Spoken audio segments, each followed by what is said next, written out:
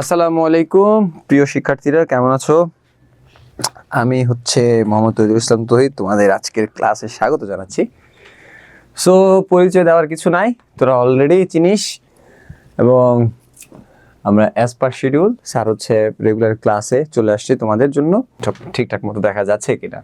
So আমাকে যারা আমার গত সপ্তাহের ক্লাস, মাঝখানে আমার একটা ব্রেক পড়ছে, তোমরা জানো গত সপ্তাহে আমি আসলে ক্লাস নিতে পারিনি। এর আগের সপ্তাহে আমি ক্লাস নিয়েছি। সো আমরা এখন আজকে আমাকে একটু বলো তোমরা যে আমরা গত সপ্তাহের আগের সপ্তাহটাতে কি পড়েছিলাম স্থানাঙ্ক জ্যামিতির। সো আমাকে একটু জানাও যে স্থানাঙ্ক জ্যামিতি নিয়ে তোমার কোথায় প্রবলেম হয় সেটা একটু জানাও। আজকের ক্লাসটা আমরা স্থানাঙ্ক জ্যামিতির উপর যেহেতু রেখেছি, so you can ask me anything about স্থানাঙ্ক জ্যামিতি। সো তোমার কোথায় ল্যাকিংস আছে? আমরা জানি স্থানাঙ্ক জ্যামিতির টোটাল 4টা অনুশীলনী আছে, 11.1, 2, 3, 4। সো এই 4টা অনুশীলনের ভেতরে তোমার ঠিক কোথায় প্রবলেম হয় স্থানাঙ্ক জ্যামিতির। আর কম বেশি সবার বার্ষিক পরীক্ষায় কিন্তু স্থানাঙ্ক জ্যামিতি আছে এবং এখান থেকে 10 মার্কস শিওর থাকবে। সো আমি আজকে প্রত্যেকটা বাচ্চার কাছে যাব, স্থানাঙ্ক জ্যামিতির কোথায় কোথায় প্রবলেম হয়। আমার সামনে বিগত সালের বোর্ড পরীক্ষার একটা গাইড আছে, আমার সামনে আমাদের টেক্সট বুক আছে।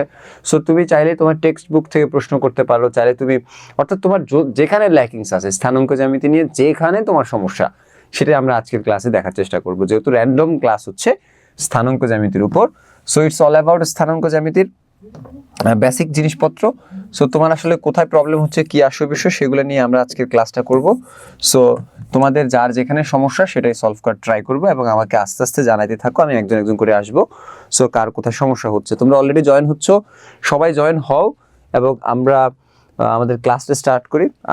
আমরা প্রথমেই দেখি কে কি মেসেজ দিছে যে 11.3 পড়ান। 11.3 এর একটা রিকোয়েস্ট আসছে, 11 চ্যাপ্টার পারি। ভেরি গুড, যে পারো তার জন্য এটা রিভিশন। ওকে, তারপর আরেকজন লিখেছে আসসালামু আলাইকুম স্যার। ওয়ালাইকুম আসসালাম। 11.3 এর সমস্যার কথা বলছে একজনে, বাট বাকিরাও একটু বলতে থাকো যে এখানে কারো কোনো সমস্যা আছে কিনা। সো আমরা স্থানাঙ্ক জ্যামিতির যদি পুরো ব্যাপারটাকে একটু সাজে, সবাই একটু খাতা রেডি করো। আরো অনেক মেসেজ আসতেছে। ওকে, কোনো সমস্যা নেই। হ্যাঁ, ওকে, আমরা স্যার ভালো আছেন? হ্যাঁ স্যার, আগের থেকে ভালো আছি আলহামদুলিল্লাহ, এবং ক্লাস নেওয়ার মতো অবস্থায় আছি। সো আমরা আস্তে আস্তে ক্লাসে ঢুকবো ইনশাল্লাহ। তারপর আমাদেরকে জাহিদ, দেখি কি লিখেছেন জাহিদ। সো জাহিদ লিখেছেন স্যার ক্যালকুলেটর শর্টকাট আছে কিছু? ক্যালকুলেটর শর্টকাট নিয়ে আমাদের একটা ভিডিও আসবে, সেটা ইনশাল্লাহ আমরা লাইভে ইনশাল্লাহ আসবো। লাইভে এসে আমরা ক্যালকুলেটর হ্যাক্সগুলোকে নিয়ে কয়েকটা ভাগে ভাগ করে তোমাদেরকে শিখাবো। বাট আপাতত অধ্যায় ভিত্তিকভাবে কোনো হ্যাক্স নাই, বাট কিছু হ্যাক্স তো আছেই বটে, সেগুলো আস্তে আস্তে পড়াবো। বাট আপাতত আমরা আসলে জিনিসগুলোকে দেখার ট্রাই করি যে আসলে এখানে ম্যাথমেটিক্যাল বা সিকিউ আনসার করার জন্য আমাদের কি কি বিষয় দরকার, সেই জিনিসগুলো। ওকে স্যার, চ্যাপ্টার 11 সিলেবাসে নেই। ওকে, নো প্রবলেম। এক দুজনের সিলেবাসের সাথে মিলবে না, এটা খুবই স্বাভাবিক। বাট ম্যাক্সিমামেরই এই পরীক্ষাতে না থাকলেও ইম্পর্টেন্ট যে পরীক্ষাগুলো থাকবে তোমাদের বার্ষিক বা বিভিন্ন বিষয়, সেই বিষয়গুলোতে আসলে থাকবে তোমাদের এই স্থানাঙ্ক জ্যামিতি থাকবে। ওকে, আমি আর একটু কমেন্ট চেক করব, তারপরই পড়াতে যাব যে আসলে মেজরিটি কি বলে, সেটার দিকে আমি নজর দিব। সো তোমাদের যদি 11.1, 2, 3, 4 এই 4টা চ্যাপ্টারের যে কোনো জায়গায় প্রবলেম হয়, তোমরা কিন্তু আমাকে জানাও, এখনই জানো, এই সুবর্ণ সুযোগ তোমার প্রবলেমটা সলভ করে নেওয়ার। সো এখন ইংলিশ ক্লাস না, এখন আমাদের সাধারণত স্থানাঙ্ক জ্যামিতির হায়ার ম্যাথ উচ্চতর গণিতের ক্লাস। একটু ক্লাস চেঞ্জ হয়েছে হয়ে আমাদের এই বিষয়টা আসছে। তোমাদের এখন থেকে একটু সায়েন্সের সাবজেক্টগুলো বেশি ক্লাস হবে, কারণ বার্ষিক পরীক্ষার সামনে চলে আসছে। সো যার কারণে আমরা একটু বেশি ওগুলো একটু তোমাদের ভেক্টরের উপর তোমাদের ভেক্টরের উপর একটা ক্লাস আসবে নেক্সট উইক থেকে মেবি। আমরা স্থানাঙ্ক জ্যামিতি স্টার্ট করি। 11.3 এর কিছু বিষয় আছে সেগুলো নিয়ে। সবচেয়ে বড় কথা যদি তুমি স্থানাঙ্ক জ্যামিতি থেকে কমন পেতে চাও, তোমাদের ভেক্টর নিয়ে কিন্তু একটা ক্লাস আছে 3টা, সেটা আমি অলরেডি জমা দিয়ে রাখছি। সো আমরা আগামী সপ্তাহে ইনশাল্লাহ ভেক্টর নিয়ে স্টার্ট করব। সো ভেক্টরের ক্লাসগুলো একবারই পাবা তুমি আমার তরফ থেকে। সো ওই 3টা ক্লাসের ভিতরে পুরো ভেক্টরটাকে আমরা শেষ করব, সিকিউ, এমসিকিউ, বেসিক যা যা আছে, A to Z everything. So that আমাদের ভেক্টরের যে বিষয়টা আছে, সেই ভেক্টরের বিষয়টা ফুললি কমপ্লিট করতে হলে তোমাকে কিন্তু আগামী সপ্তাহ থেকে ক্লাসে জয়েন হইতে হবে, ঠিক আছে? আর এই সপ্তাহটাতে আমরা স্থানাঙ্ক জ্যামিতি মানে মোট কথা হচ্ছে সবার ওভারঅল প্রবলেম নিয়ে একটা ভিউ করবো এই 3টা ক্লাসে। যেহেতু আমি হুট করে জয়েন হয়েছি, সেহেতু তোমাদের প্রবলেমগুলোর উপরে হচ্ছে আমরা ক্লাস করাবো এই পুরো সপ্তাহের। রাইট, জ্যামিতির উপর ক্লাস লাগবে, সেগুলো আমরা দিব ইনশাল্লাহ। জ্যামিতির উপর অর্থাৎ তোমাদের যে রিভিশন ক্লাসগুলো হবে, সেই রিভিশন ক্লাসগুলো হবে হচ্ছে তোমাদের 3.1, 3.2 ভেক্টর, এই বিষয়গুলোর উপর হচ্ছে তোমাদের রিভিশন ক্লাসগুলো হবে। সো তোমাদের রিভিশন ক্লাসগুলো হবে খুবই স্পেশাল ফর দ্য জ্যামিতি, কারণ আমরা জ্যামিতির জন্য আসলে সকল চ্যাপ্টার পড়াই নাই। আমরা জ্যামিতির জন্য শুধুমাত্র স্থানাঙ্ক জ্যামিতিটাকে সিলেক্ট করছি। কেন? তোমার কাছে যখন দুইটা অপশন থাকবে, একটা কঠিন অধ্যায় একটা সহজ অধ্যায়, তাহলে খুব মানে স্বাভাবিকভাবে তুমি সহজ অধ্যায়টাকে সিলেক্ট করবা, কারণ যেখান থেকে তোমার শিওর মার্কস 10-এ 10 টিকবে তুমি সেটাতেই সিলেক্ট করবা, এটাই খুব স্বাভাবিক। বাট বিষয়টা হচ্ছে যে তারপরেও আমাদের আসলে নলেজ থাকা উচিত প্রত্যেকটা জ্যামিতির চ্যাপ্টারের উপর। আর সেই দৃষ্টিকোণ থেকে আমরা 3.1 এবং 3.2 এবং ভেক্টর, এই দুইটা জিনিসকে আমরা আগামী সপ্তাহ থেকে রিক্যাপ করার ট্রাই করব। এবং কিছু জিনিস আমাদের লাইভ যাবে, কিছু জিনিস হচ্ছে আমাদের ইনশাল্লাহ হচ্ছে পেইড ক্লাসে আসবে। সো আমরা আজকের ক্লাসে স্টার্ট করি স্থানাঙ্ক জ্যামিতির উপর। আমরা স্থানাঙ্ক জ্যামিতির উপর সবচেয়ে ইম্পর্টেন্টলি যে জায়গাটা থেকে আমরা জানবো সেটা হচ্ছে ঢাল এবং হচ্ছে সমীকরণ। দুইটা জিনিস জানলেই কিন্তু এখানে কাজ শেষ হয়ে যায়। একটা হচ্ছে ঢাল আর একটা হচ্ছে সমীকরণ। দেখ বাবারা, খুব ঠান্ডা মাথায় খেয়াল কর, যারা পারিস তারাও একটু খেয়াল কর, যারা পারিস না তারা তো ভালো মতোই খেয়াল করবি, ঠিক আছে? যারা পারো তারা একটু রিভিশন দাও। দেখো বাবা, ঢাল জিনিসটা আসলে কি? ঢালের ইংলিশটা হচ্ছে স্লোপ। হ্যাঁ, এই ঢাল আসলে জিনিসটা কি? সেটা হচ্ছে, ধরো আমার কাছে দুইটা অ্যাক্সিস আছে, এই হচ্ছে দুইটা অ্যাক্সিস। সো এই হচ্ছে এক্স অক্ষ, এই হচ্ছে ওয়াই অক্ষ। বুঝে ভালো করে, এক্স এটা হচ্ছে ওয়াই। হ্যাঁ, এখন ঢাল জিনিসটা হচ্ছে এই যে অ্যাক্সিসের ব্যাপারটা দেখছো, এখানে একটা সরল রেখা এক্স অক্ষের ধনাত্মক দিকের সাথে সাধারণত যে কোণ তৈরি করে। ধরো একটা সরল রেখা আছে আমার কাছে, সেই সরল রেখাটা এভাবে একটা কোণ তৈরি করছে এক্স অক্ষের সাথে, এই যে এই কোণটার নাম দিলাম হচ্ছে থিটা। তাহলে দেখো বুঝে ট্রাই করো, একটি সরল রেখা, এখানে এটা হচ্ছে একটা সরল রেখা, এই সরল রেখাটা এই পুরো জিনিসটার সাথে, দেখো এক্স অক্ষের ধনাত্মক দিক বলতে স্যারে কি বুঝাচ্ছি বলে, এটা হচ্ছে মূলবিন্দু, এখান থেকে এই পর্যন্ত এই জায়গাটাকে বুঝাচ্ছি এক্স অক্ষের ধনাত্মক সাইড। সো একটা সরল রেখা এক্স অক্ষের ধনাত্মক সাইড, অর্থাৎ এই যে জিনিসটা, এই জিনিসটার সাথে এই সরল রেখাটা একটা কোণ তৈরি করছে, সেটা হচ্ছে কি বলতো? থিটা। মনে রাখবা, এই থিটার ট্যানজেন্ট মানকে ঢাল বলে। ট্যানজেন্ট মান বলতে আমরা কি বুঝাচ্ছি? ধরো আমার কাছে থিটা আছে, স্যার যদি এটার সামনে ট্যান কথাটাকে অ্যাড করি, তাহলে ট্যান থিটা, এটাকে সাধারণত কি বলা হবে বলতো? ঢাল বলা হবে। বুঝতে পারছি? তার মানে ঢাল মানে হচ্ছে কি বলতো? কোনো সরল রেখা এক্স অক্ষের ধনাত্মক দিকের সাথে যে কোণ তৈরি করে, সেই কোণের যে ট্যানজেন্ট মান আছে সেটাকে আমরা একসাথ করলে, অর্থাৎ টেন থিটাকে আমরা সাধারণত ঢাল বলে থাকি। ওকে, সো ভালো করে বোঝার চেষ্টা করো। এখানে ছোট্টখাট্ট একটা এমসিকিউর জন্য একটা কিছু বিষয় আছে, সেই বিষয়গুলো এরকম সবাই একটু বোঝার ট্রাই করো। ধরো তোমাকে এরকম একটা ফিগার দিয়ে দিলাম, দিয়ে দেওয়ার পরে তোমাকে এখানে একটা সরল রেখা দিলাম। সরল রেখা দেওয়ার পরে স্যার কিন্তু এই জায়গাটাতে এসা তোমাকে বললাম হচ্ছে এইটস, দেখো 30 ডিগ্রি। সবাই একটু বোঝার ট্রাই করো, এটা হচ্ছে 30 ডিগ্রি। এখন এটা হচ্ছে এক্স অক্ষ, এটা হচ্ছে ওয়াই অক্ষ। বুঝো ভালো করে। এখন তুমি যে এই জায়গাটাতে 30 ডিগ্রি দেখতে পাচ্ছ, তুমি না জানো যে থিটার মান হচ্ছে কত ডিগ্রি বলো? 30 ডিগ্রি। এখন তুমি পণ্ডিতি কইরা, অপশনে অনেক কিছু থাকতে পারে, বাট তুমি পণ্ডিতি করে এটা সঠিক উত্তর তাকাইছে হচ্ছে 10-30 ডিগ্রি। আনসারটা কি হয়েছে? হয় নাই। কেন হয় নাই? দেখো, যারা পারো তারা এই ছোটোখাটো বিষয়গুলোতে ফোকাস করো। সেটা হচ্ছে কেন হয় নাই? কারণ হচ্ছে, তুমি বলো তো বাবারা, এই যে আমাদের জিনিসটা দেখতে পাচ্ছ তোমরা, এই যে জিনিসটা দেখতে পাচ্ছ, এই যে জিনিসটা, এই জিনিসটা সাধারণত এই অক্ষের সাথে 30 ডিগ্রি কোণ যদি তৈরি করে, আমরা সবাই জানি এই অক্ষের সাথে সে কত ডিগ্রি কোণ তৈরি করে বলো তো? 60 degree, right? Yes or no? আমরা একটু বুঝছি কিনা বলো? তার মানে দেখো, যদি এই অক্ষটা এটার সাথে 30 ডিগ্রি কোণ তৈরি করে, তাহলে মাস্ট বি এই অক্ষটা এইটার সাথে 60 ডিগ্রি কোণ তৈরি করবে, এই তো? তাহলে এখানে এক্স অক্ষের ধনাত্মক দিকের সাথে কোণ কত হয়েছে বলো তো? 60 ডিগ্রি। তাহলে ঢাল কত হবে বলো? ঢাল কত হবে বলো? 10-30 ডিগ্রি হবে না, ঢাল হবে কত বলো তো? 10-60 ডিগ্রি। এই হচ্ছে আমাদের বিষয়টা। ঢাল কত হবে? 10-60 ডিগ্রি। এই হচ্ছে আমাদের ফ্যাক্টটা, বা এই হচ্ছে আমাদের বিষয়টা। বোঝার চেষ্টা করো। তো স্যারে কি বললাম বলো তো? যে যখনই তুমি দেখবা কোনো একটা অ্যাঙ্গেলকে দুই ভাগে ভাগ করা হয়েছে কোনো একটা সরল রেখা দিয়া, তখন তুমি সবসময় ঢালের জন্য ওই সরল রেখাটাকে কাউন্ট করবা, ওই কোণটাকে কাউন্ট করবা যে কোণটা এক্স অক্ষের ধনাত্মক দিকের সাথে আছে। ওকে, এখন কিছু জিনিস বোঝার ট্রাই করো। এখন আমার কাছে ধরো একটা বিন্দু দেওয়া আছে বা একটা স্থানাঙ্ক দেওয়া আছে, ধরো এটা হচ্ছে এ বিন্দু, ওর স্থানাঙ্ক দেওয়া আছে x1 y1, ঠিক আছে। তারপর এখানে একটা বিন্দু দেওয়া আছে বি বিন্দু, এর স্থানাঙ্ক দেওয়া আছে হচ্ছে x2 y2।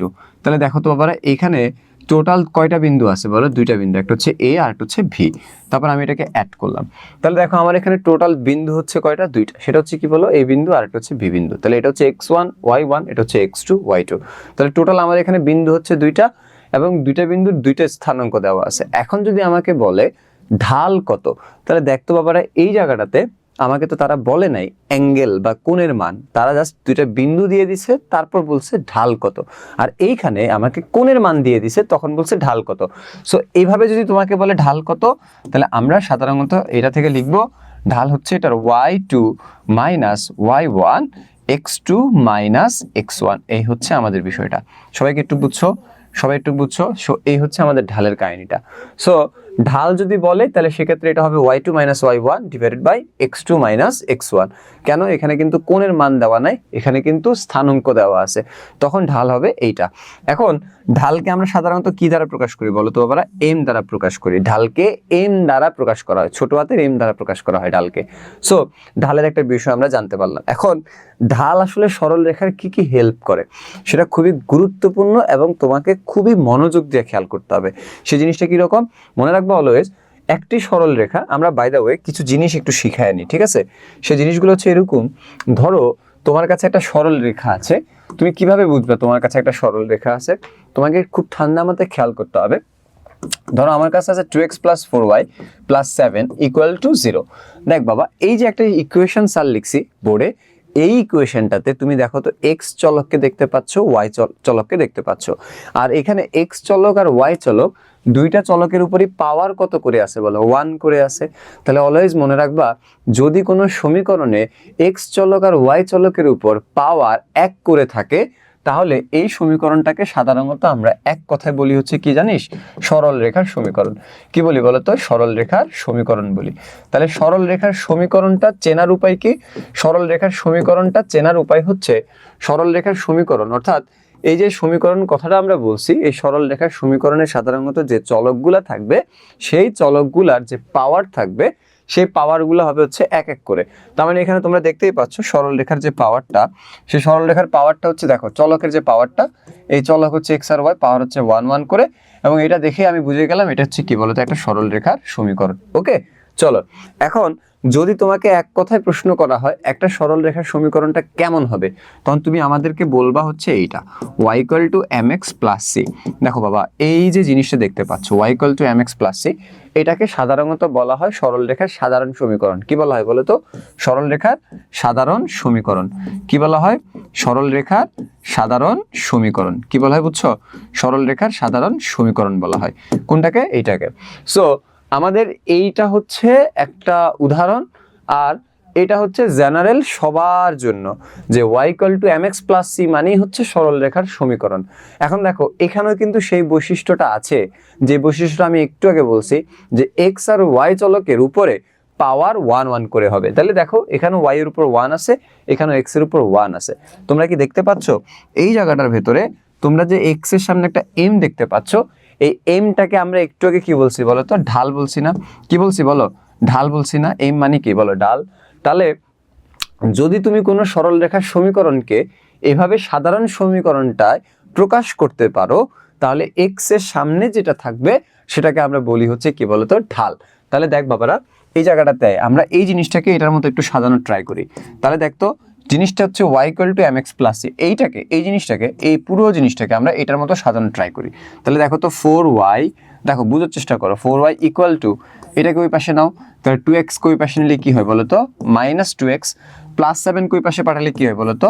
মাইনাস 7। এরপর আমরা এখানে দেখতেই পাচ্ছি ওয়াইটা সিঙ্গেল আছে, কিন্তু আমাদের এখানে কি ওয়াইটা সিঙ্গেল আছে নাকি ওয়াইয়ের সামনে একটা 4 আছে বলো? 4 আছে। তাহলে 4টাকে ওই পাশে পাঠাইতে হবে, আর যেটুকু গুণাকারে আছে ওই পাশে গেলে ভাগ হবে। তাহলে y ইকুয়াল টু 4টা তো দুইজনের নিচেই ভাগ হবে, তাই না?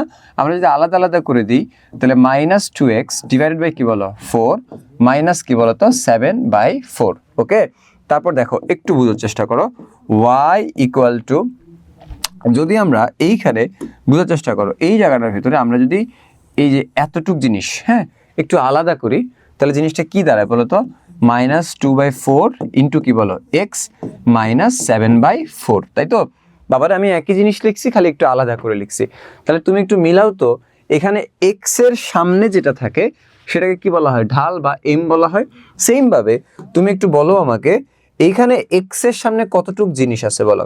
এই যে এই জিনিসটা আছে, তার মানে এখানে যেহেতু এক্স এর সামনে এম আছে, এখানে এক্স এর সামনে এইটা আছে, সুতরাং we can write here M equal to কি বলো -2/4, কি -2/4, বুঝাইতে পারছি? তার মানে এই সরল রেখাটার ঢাল হচ্ছে কত বলো, -2/4, বুঝাইতে পারছি?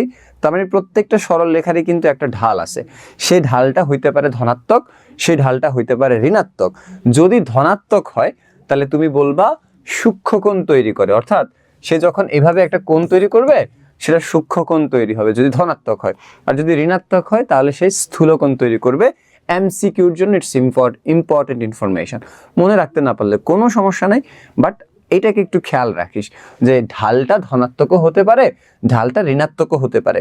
ধনাত্মক হলে একরকম কোণ হবে, ঋণাত্মক হলে একরকম কোণ হবে। ওকে, চলো এখন দেখো একটু, আচ্ছা আমাকে একটু কনফার্ম কর যে একটু বুঝছিস কিনা দ্রুত। আল্লাহু আকবার, আল্লাহু লা ইলাহা ইল্লাল্লাহ। বাবারা একটু আমাকে জানা, এখনই জানা যে তোরা একটু বুঝছিস কিনা দ্রুত। সবাই জানো, সবাই জানো, মরুভূমির মতো থাকিস না, বুঝছিস? সবাই জানা। বুঝেছি, MS জুই লিখেছো, আন্ডারস্ট্যান্ড, ক্লিয়ার স্যার। সবাই সবাই, আমি সবাই বলতে সবাইকে বুঝাচ্ছি। পূজা দেবনাথ, তোদের নাম টাম যেন ভুলা না যাই আমি, ঠিক আছে? অসুস্থ এত বাংলা সিনেমার মতো সবাই ভুলে গেছি গা, ঠিক আছে? সো সবাই একটু কমেন্ট কর, সবার নামটা আমি একবার করে একটু ডাকি। মারমা আমাকে মেসেজ দিয়েছে ক্লিয়ার, তারপরে মহি আমাকে মেসেজ দিচ্ছে ইয়েস স্যার ডান, আহামিদা ডিস বুঝছি স্যার, সবাই, আলকেমিস্ট সে লিখেছে স্যার ক্লিয়ার। সবাই একটু মেসেজ দাও, সবাই একটু মেসেজ দাও, সবাইকে একটু দেখার ট্রাই করি, শোনার ট্রাই করি, বোঝার ট্রাই করি। সাব্বির লিখেছে ক্লিয়ার স্যার, সাব্বিরও ক্লিয়ার। রুবাইয়া লিখেছে ক্লিয়ার, তারপর হচ্ছে নূর লিখেছে ক্লিয়ার স্যার। আচ্ছা দাঁড়াও আমি একটু সবারটা পড়ি। সুমাইয়া কি লিখছে ক্লিয়ার, তারপর মুসা কবির ও কি লিখছে ক্লিয়ার, তারপর তৌহিদুল ও লিখেছে স্যার ধনাত্মক হলে কি, ধনাত্মক হলে বাবা সূক্ষ্মকোণ, ধনাত্মক হলে সূক্ষ্মকোণ আর ঋণাত্মক হলে হচ্ছে স্থূলকোণ।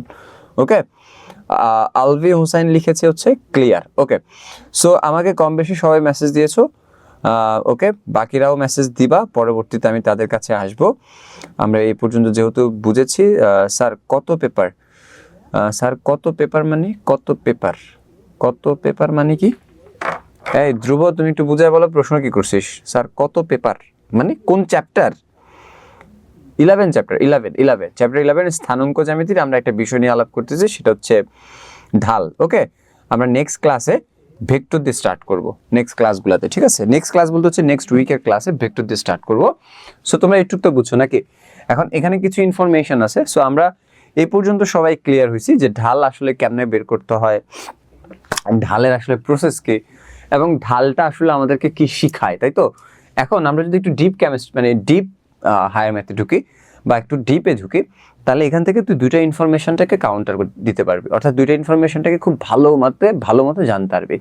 ধর আমি তোকে একটা সিম্পল জিনিস বুঝাই যে বাবা আমার কাছে একটা সমীকরণ, সরল রেখার সমীকরণ আছে। হ্যাঁ, ধর বাবা এটা হচ্ছে ধর 2x + 4y হ্যাঁ +8 = 0, এটা হচ্ছে একটা সরল রেখার সমীকরণ। আবারও বলতেছি, সরল রেখার সমীকরণটা তুই দেখেই চিনবি কেমনে, যে একেবারে মুখস্থের মতো দেখেই তুই কেমনে চিনবি যে এটা একটা সরল রেখার সমীকরণ স্যার বলছি, তখন তুই x আর y এর দিকে তাকাবি, আর সেই x আর y এর উপর তুই যদি পাওয়ার 1 1 করে দেখতে পাস, তাহলে তুই বলবি এটা হচ্ছে কি একটা সরল রেখার সমীকরণ। চলো এখন তোদেরকে একটা ছোট্ট ইনফরমেশন দিই, এটা অ্যাডভান্স পোলাপাইনের জন্য, ঠিক আছে? সে ছোট্ট ইনফরমেশনটা কি, সবাই একটু বোঝার চেষ্টা কর। যদি কোনো একটা এরকম ইকুয়েশনে তুই দেখিস x² + y² সামথিং কিছু একটা আছে, এরকম কিছু একটা আছে, মানে যেখানে তুই দেখ খেয়াল কর x এর উপর পাওয়ার 2, y এর উপর পাওয়ার 2, এবং x² এর সামনে 1, y² এর সামনেও কি বলো 1, বুঝে ট্রাই কর। তাহলে এই যে জায়গাটা দেখতে পাচ্ছিস, এই জায়গাটাতে x² আর y² এর সহগ কত করে আছে বলো? 1 1 করে আছে, এবং পাওয়ার কত করে আছে বলো? 2 2 করে আছে। তাহলে মনে রাখবা এই ধরনের জিনিসপত্র সাধারণত যাকে বোঝায় সেটা হচ্ছে কি বলতো, বৃত্ত। মনে থাকবে? তাহলে বৃত্তের ইকুয়েশনে পাওয়ার হবে এক্স আর ওয়াই এর 2 করে, আর সাধারণত সরল রেখার ইকুয়েশনে এক্স আর ওয়াই এর পাওয়ার হবে 1 করে। সো এই হচ্ছে আমার বৃত্তের পার্টটুকু, আর এই হচ্ছে আমার হচ্ছে কি বলতো, সরল রেখার পার্টটুকু। সো একটু ঠান্ডা মাথায় খেয়াল করো ভালো করে। সো এই হচ্ছে আমার একটা সরল রেখা আছে, আর এই হচ্ছে আমাদের একটা বৃত্তের ইকুয়েশনস আছে। এখন আমি যদি এই ধরনের আরেকটা জিনিস আঁকি, ধরো 3x + 4y + 9 = 0, তাহলে দেখতে হবে এই জায়গাটাতে একটু ঠান্ডা মাথায় বোঝার চেষ্টা কর। আমার এই জায়গাটাতে এটা হচ্ছে একটা সরল রেখা, এবং আমার এইখানেও কি আছে বলতো, একটা সরল রেখা আছে। তাহলে টোটাল আমার সরল রেখা কয়টা আছে বলতো, 2টা আছে।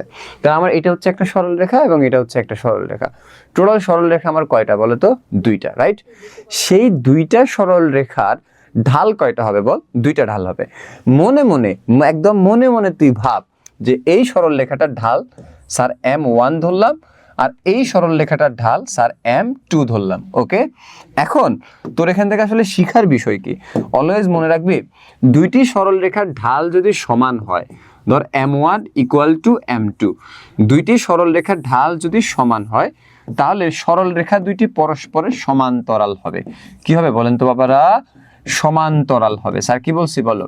স্যার বলছি যে দুইটি সরল রেখার ঢাল যদি সমান হয়, দুইটি সরল রেখার ঢাল যদি সমান হয়, তাহলে সরল রেখা দুইটি পরস্পর কি হবে বলতো, সমান্তরাল হবে। তাহলে তুই ধর এখান থেকে m1 বের করলি, এখান থেকে m2 বের করলি, ধর m1 এর মান আসছে 7, m2 এর মান আসছে 7, তাহলে দুইটি সরল রেখার ঢাল কি হইলো বলতো, সমান হইলো। তাহলে দুইটি সরল রেখার ঢাল যদি সমান হয়, তাহলে মনে রাখবি সেই দুইটা সরল রেখা পরস্পরের কি হবে, সমান্তরাল হবে। Is it clear? Okay, next, যদি এমন হয় দুইটি সরল রেখার ঢাল পরস্পর অসমান। অসমান বলতে আমরা এখানে মানে যদি এক কথায় বলি, যদি দুইটি সরল রেখার ঢাল যদি সমান না হয়, তাহলে সেক্ষেত্রে যদি সমান হলে সমান্তরাল হয়, তাহলে অসমান হলে কি হবে বল, অসমান্তরাল। এখন সমান্তরালের ফিগার মানে কি বুঝছিস? ধর দুইটি সরল রেখা দেখতে এমন টাইপ হবে, আর অসমান্তরালের ফিগারটা বুঝছিস সেটা কি রকম? সেটা হচ্ছে, বোঝার চেষ্টা করিস ভালো করে, ঠান্ডা মাথায় খেয়াল কর। অসমান্তরাল, এবং এইটার ক্ষেত্রে আমরা তো ধারণা করতেই পারি, ধর একটা এরকম একটা এরকম, অথবা একটা এরকম একটা এরকম, সমান্তরাল না সোজা হিসাব, তাই তো? তার মানে দেখ এখানে ঢাল কতটা গুরুত্বপূর্ণ পুরো স্ট্রাকচারটাকে বোঝার জন্য, যে দুইটি সরল রেখার দুইটা ঢাল, সেই দুইটা ঢাল যদি সমান হয় তাহলে সরল রেখা দুইটা হবে সমান্তরাল।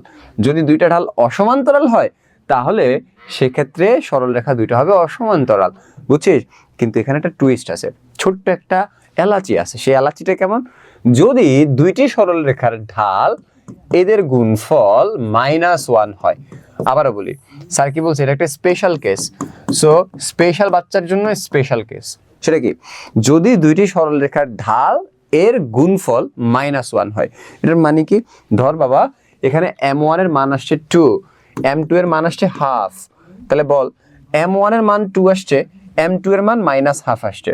তাহলে আমরা যদি 2 আর -1/2 গুণ করি, তাহলে 2 2 কাটা যায়, রেজাল্ট কি থাকে বলো তো, -1 থাকে, রাইট? তার মানে তুমি একটু বোঝার চেষ্টা করো, দুইটি সরল রেখার ঢাল যদি আসলেই গুণফল -1 হয়, তাহলে কেমনে -1 হয় সেটা তো আমি তোকে দেখাইছি। তাহলে সেক্ষেত্রে আমরা বলবো সেই সরল রেখা দুইটা হবে পরস্পরের লম্ব। কি হবে? পরস্পরের লম্ব হবে। Is it clear? তাহলে স্যার বলছি দুইটি সরল রেখা যদি থাকে, সেই দুইটি সরল রেখার ঢাল কয়টা পাবি বল? দুইটি সরল রেখার ঢাল হবে হচ্ছে 2টা, এবং দুইটা সরল রেখার ঢাল যদি 2টা হয়, তাহলে যে সেই দুইটা ঢালের গুণফল যদি -1 হয়, তাহলে সরল রেখা দুইটা হবে লম্ব, আর যদি সমান হয় তাহলে হবে সমান্তরাল, যদি অসমান হয় তাহলে হবে অসমান্তরাল। তার মানে ঢাল থেকে সরল রেখার একটা সিদ্ধান্তে আসা যায়। সো আমাকে এই পর্যন্ত জানাও যে এই পর্যন্ত বুঝছো কিনা, দ্রুত জানো এই পর্যন্ত তোমরা সবাই বুঝছো কিনা, একটু জানো দ্রুত। আতিফ একটা প্রশ্ন করছে, x + y² হলে কি হবে? ওকে, ভেরি গুড কোশ্চেন। চলো আমরা ওর প্রশ্নটা আনসার দিব। আর কিছু পড়াইছেন? ওকে, সবাই একটু জানাও না আমাকে, সোনা পাখিরা একটু জানা সবাই বুঝছিস কিনা। এমএস জুই লিখেছে ক্লিয়ার, তারপর হচ্ছে ইমা লিখেছে ক্লিয়ার, তারপর হচ্ছে পূজা দেবনাথ লিখেছে ক্লিয়ার, তারপর হচ্ছে মুহি লিখেছে হ্যাঁ ক্লিয়ার, তারপর হচ্ছে আলভি হুসাইন ও লিখেছে ক্লিয়ার, ওয়াফি ওয়াফি লিখেছে স্যার। হ্যাঁ ওয়াফি বলো বাবা, কি সমস্যা বলো।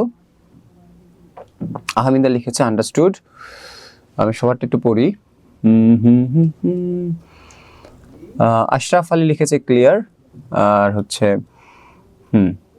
উপরে দেখেন সমান্তর অসমান্তর বুঝেছে, আর কিছু পড়েছেন না, মোটামুটি আমরা এখানেই আছি। চলো এই যে আমাদেরকে একটা কে জানি একজনের প্রশ্ন করছে যে sir X plus Y square হলে কি হবে, তাই না? চলো, ও খুব সুন্দর প্রশ্ন করছে। তাহলে এক্ষেত্রে আমরা ওকে একটা ব্যাখ্যা দিই, ঠিক আছে? আসলে কথায় কথায় ভারে, প্রশ্নে আনসার বাড়ে। সো তোদেরও শিখা হইলো, সবারই শিখা হইলো। দেখ, বুঝার চেষ্টা কর। স্যার বলছি যে যদি এক্স আর ওয়াই এর উপর ঘাত এক এক করে হয় তাহলে সেটা হবে সরলরেখা। যদি এক্স স্কোয়ার আর ওয়াই স্কোয়ার যদি থাকে তাহলে সেটা হবে বৃত্ত। ও প্রশ্ন করছে স্যার যদি এক্স এর উপর ঘাত 1 থাকে আর ওয়াই এর উপর ঘাত যদি 2 থাকে, অর্থাৎ একটার উপর 1 একটার উপর 2, তাহলে কি হবে? তাহলে ওর সঠিক উত্তর হচ্ছে জিনিসটা বৃত্ত হবে, বাট বৃত্তের মতো কিছু একটা হবে, নট বৃত্ত। এটার মানে কি? বৃত্তের 3টা শাখা আছে। বৃত্তকে সাধারণত মানে বৃত্তের 3টা শাখা আছে, তোরা জানিস কিনা জানি না। বৃত্ত থেকে সাধারণত বা বৃত্তের মতো এরকম দেখতে 3টা জিনিস আছে। তোরা কি জানিস? এটা জানিস না মনে হয়। কি কি? উপবৃত্ত, তারপর হচ্ছে বলা হয় অধিবৃত্ত, তারপর হচ্ছে বলা হয় পরাবৃত্ত। ঠিক আছে, তাহলে কি কি বলছি বলতো? পরাবৃত্ত, উপবৃত্ত, অধিবৃত্ত। তার মানে জিনিসটা কিন্তু বৃত্ত, বাট বৃত্তেরই 3টা ক্লাসিফিকেশনস আছে। কি কি বল? উপবৃত্ত, অধিবৃত্ত, পরাবৃত্ত। আচ্ছা ধর আমি তোকে একটা টেনিস বলের কথা বললাম। টেনিস বলটা যখনই আমি বলছি তখন তোর মাথায় শিওর এটা কি আসছে বল? বৃত্ত বা গোলাকার। কিন্তু আমি যদি তোর একটা ডিমের সাইজ বলতাম, ডিমটা কি বৃত্ত নাকি বৃত্তের মতো কিছু একটা? বল, বৃত্তের মতো কিছু একটা। তার মানে এই বৃত্ত, ডিমের মতো যে জিনিসটা, এই জিনিসটার নাম হবে হচ্ছে পরাবৃত্ত। বুঝছস? এখন গোল তো না রে ভাই, ডিম কি গোল না? তার মানে ওই ডিমটারে আমরা বলবো হচ্ছে পরাবৃত্ত। এই যে জিনিসটা দেখতেছিস, পরাবৃত্ত, অধিবৃত্ত, উপবৃত্ত, যখন এক্স একটার উপর ঘাত 1 থাকবে আর আরেকটার উপর ঘাত 2 থাকবে, তখন এটাকে ডিরেক্ট বৃত্ত বলা যাবে না এবং ডিরেক্ট সরল রেখা বলা যাবে না।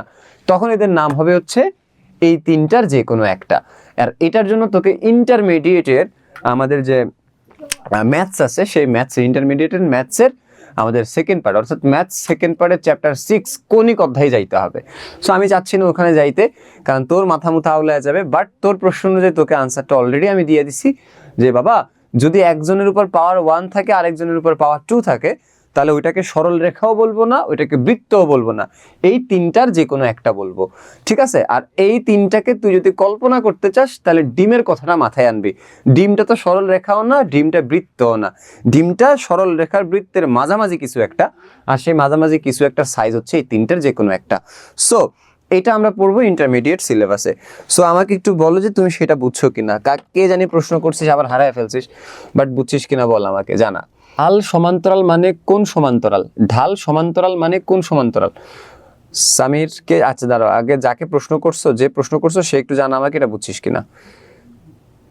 না, চ্যাপ্টার 5-6 করায় ফেলি না, চ্যাপ্টার 5-6 খুব একটা ইম্পর্টেন্ট না, 5-6 করাবো। ওকে, বুঝছি। ওকে, আর ঢাল সমান্তরাল বলতে আমরা এটা বুঝাচ্ছি আর কি বাবা, যদি তুই M1 আর M2 দুইটা ঢাল মানে ঢাল যদি সমান পাস, তাহলে সমান্তরাল বলতে আমরা এই ধরনের দুইটা ফিগার বুঝাচ্ছি আর কি। বুঝছিস যে এটা একটা সরল রেখা, এটা একটা সরল রেখা, এটা দুজন এভাবে যাচ্ছে না, দেখ এভাবে যাচ্ছে কিনা বল। আমরা এইটাকে কি বলি বল? সমান্তরাল বলি। বুঝছিস তো?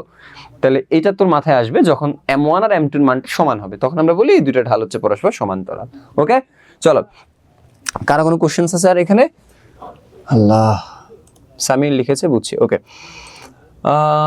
আর কারো কোনো কোশ্চেন্স আছে এখানে? নো, কোনো কোশ্চেন্স নাই। চলো এবার next to the second stage, আমরা নেক্সট স্টেজে যাই, শুরু করি।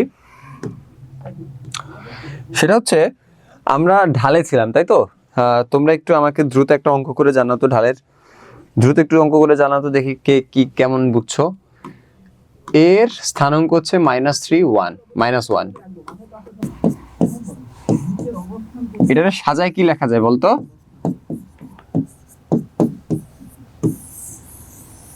লেখা যায় এরকম, তোকে অনেক প্রমাণ তারা করতে দিতে পারে। সো এগুলো বুঝছোস কিনা আগে বল। মোট কথা এখান থেকে শিখার বিষয় হচ্ছে সমরেখ যদি বলে তাহলে সেক্ষেত্রে আমাদের দুইটা ঢাল হবে সমান।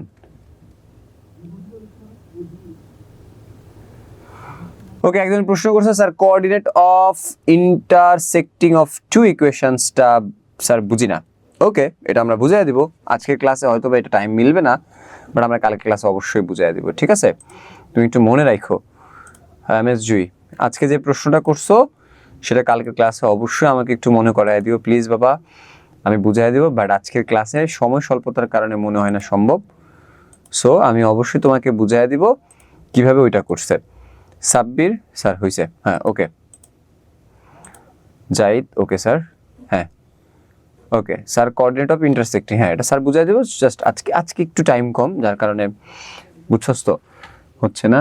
আচ্ছা আমাকে একটু জানাতো কার দেশের বাড়ি কোথায়, আজকে একটু টাইম আছে, 6 মিনিট কথা বলি তোদের সাথে। হুট করে অসুস্থ থেকে আসছি তো, ক্লাসটা কেমন কেমন জানি লাগতেছে। আমাকে একটু দেশের বাড়ি জানাতো কার কোথায় দেশের বাড়ি। সাতক্ষীরার একজন পেয়েছি, জাইদ সাতক্ষীরা। ওয়াফি হচ্ছে ওয়াফি কক্সবাজার, কি কস কক্সবাজার তুই? ভেরি গুড ওয়াফি, কক্সবাজার তো আমার প্রতি বছরই একবার যাওয়া হয়। তহিদুল ইসলাম নোয়াখালীলা, ওকে নোয়াখালী, সরি বাবা। যাই হোক জাহিদ স্যার আপনার কোথায়? আমার হচ্ছে ফেনী। তোরা ফেনীর নাম শুনছিস কিনা জানি না, বাট আমার দেশের বাড়ি হচ্ছে ফেনী। মুসা হচ্ছে ছাদে, মুসা কবিরের দেশের বাড়ি হচ্ছে ছাদে নাকি? আচ্ছা ভালো কথা। ও স্যার আবার কবে আসবেন? কক্সবাজার তো আমি বহুবার গেছি রে বাবা, কক্সবাজার যাইতে যাইতে পাগল হয়ে গেছি। ইনশাআল্লাহ বিয়ে করে বউ নিয়ে আবার যাব, খুব রিসেন্টলি যাব, টেনশন করিস না। হ্যাঁ সাতক্ষীরা বন্যার জন্য সবাই চিনে নাকি? ফেনী, ফেনীর কথা বলছো? আচ্ছা ঠাকুরগাঁও, জান্নাতুল তাজরির হচ্ছে ঠাকুরগাঁও। আচ্ছা ঠাকুরগাঁও, ঠাকুরগাঁও আমি গেছি, ঠাকুরগাঁও হ্যাঁ ঠাকুরগাঁও গেছি। মহি রাজশাহী, রাজশাহী গেছি। নূর কক্সবাজার স্যার, এই যে আরেকটা কক্সবাজারে পাইছি। কক্সবাজার গেলে আমি তোকে অবশ্যই খবর দিব, তোরা জেনি থাওস, আমি তোর কাছে দেখা করতে যাবো ইনশাআল্লাহ, তোদের স্কুলে যাব, তোদের সাথে দেখা করতে যাব, সরাসরি আমাদের দেখা হবে। আর ইমা কি লিখছে? সুল্লা, সুল্লা কি রে বাবা? সুল্লা দেশের বাড়ি? সুল্লার নাম তো শুনে নেই। সুনামগঞ্জ, ইমা তুমি ক্লিয়ার করো কোথায়? সুনামগঞ্জ লিখতে চাইছিলি মনে হয় নাকি? আশরাফ আলী রাজশাহী, রাজশাহী আমি গেছি। রাজশাহী খুব সুন্দর নিট অ্যান্ড ক্লিন শহর, রেল স্টেশন বিশেষ করে। আচ্ছা কেশবপুর, যশোর, যশোরও গেছি। যশোর যাওয়া হয়েছে 2015 সালের দিকে। তহসিন ধ্রুব নারায়ণগঞ্জ, ইয়াস নারায়ণগঞ্জও গেছি। আমি দেখতেছি আসলে কোন কোন জেলা এখন আমার ঘোরা হয় নাই, আমি অনেক ট্যুর পাগল মানুষ, সো আমি এই জন্য দেখতেছি কোথায় যাওয়া যায়। দোহার, নয়াবাড়ি, হ্যাঁ দোহার, মিনি কক্সবাজার গেছি, দোহারও আমার যাওয়া হয়েছে, দোহারও গেছি। জুই লিখেছে নোয়াখালী, নোয়াখালী তো বেটা আমি ফেনী থাকি মানে কি, নোয়াখালী তো আমার তো বহুবার যাওয়া হয়েছে।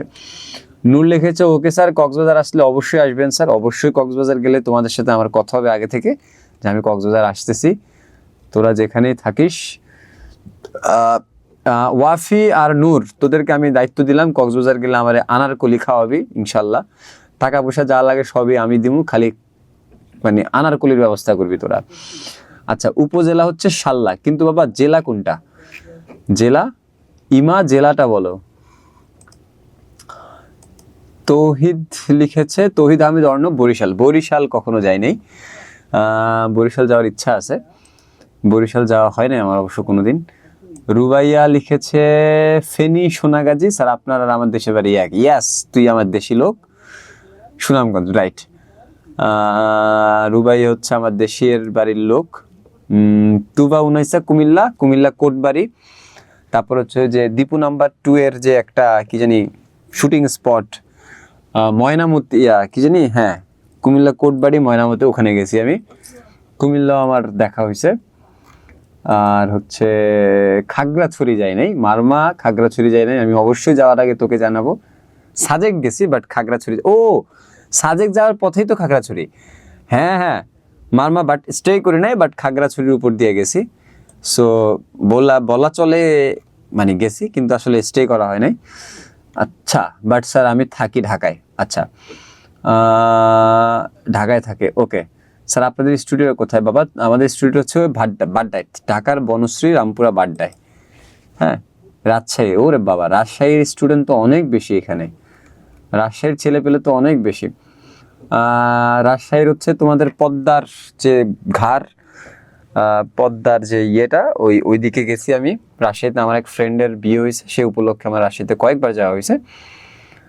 রাজশাহীতে মিষ্টির একটা বিখ্যাত দোকান আছে, ওইখানে আমরা খাইছি। আমি জানি না দোকানটার নাম ভুলে গেছি, বাট রেল লাইনের পাশে একটা দোকান ছিল মিষ্টির, বিখ্যাত নাকি। ওখানে আমি গেছি, বহুবার গেছি, 3-4 বার গেছি, 3-4 বারের মিষ্টি খাইছি ওই জায়গায়।